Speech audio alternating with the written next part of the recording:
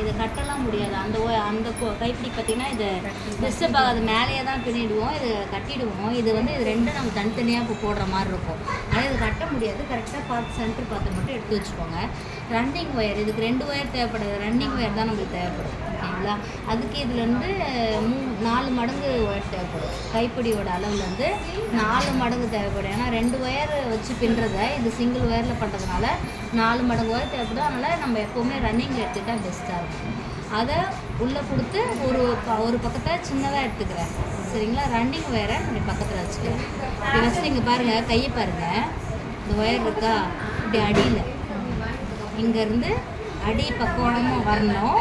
அந்த wire running wire சைடில் தான் இருக்கும், உள்பக்கம் இருந்தாலும் குழம்பிடும். சரிங்களா? இங்கேருந்து இப்படி வச்சு இதை உள்ளே எடுத்துக்கிறேன். இது முடிஞ்சோடனே இப்படி மடக்கிக்கணும். இந்த ஒயரை இப்படி மடக்கிக்கிட்டேன்னா மேலே பாருங்கள் ஷார்ப் இப்பயே வந்துடும். அந்த ஷார்ப் வந்துட்டு இப்படி வச்சுக்கிட்டு இதை அந்த ஷேப்பு மாதிரியே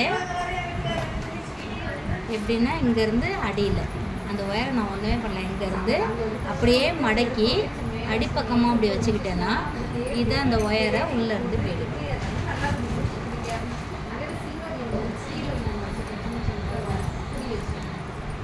அப்படியே இந்த சைடு இப்படி மடக்கி விட்டுக்கிட்டு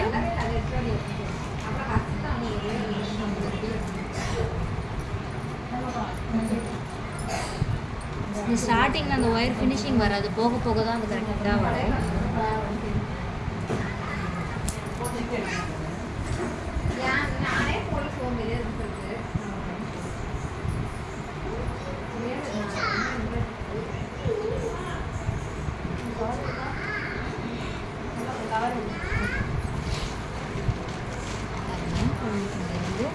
வச்சு சைடு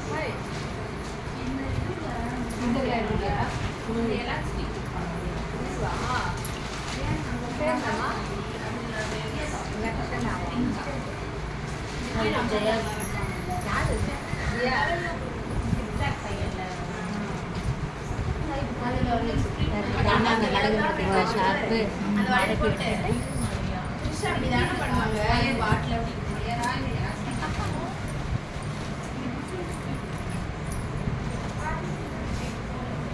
மடக்கிட்டு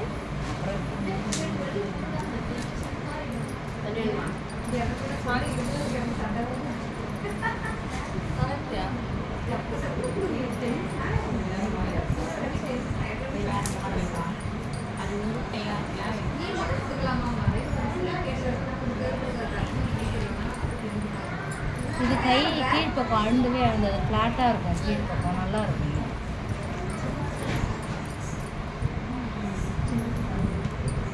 அந்த இதை மட்டும் மாற்றிக்காமல் கரெக்டாக வச்சுக்கிட்டோன்னா இப்படி இருக்குது, இப்படி வச்சிங்கன்னா இந்த ரன்னிங் சைடில் போகணும். அதே மாதிரி தான் இந்த சைடும் சைடில் போச்சுன்னா கரெக்டாக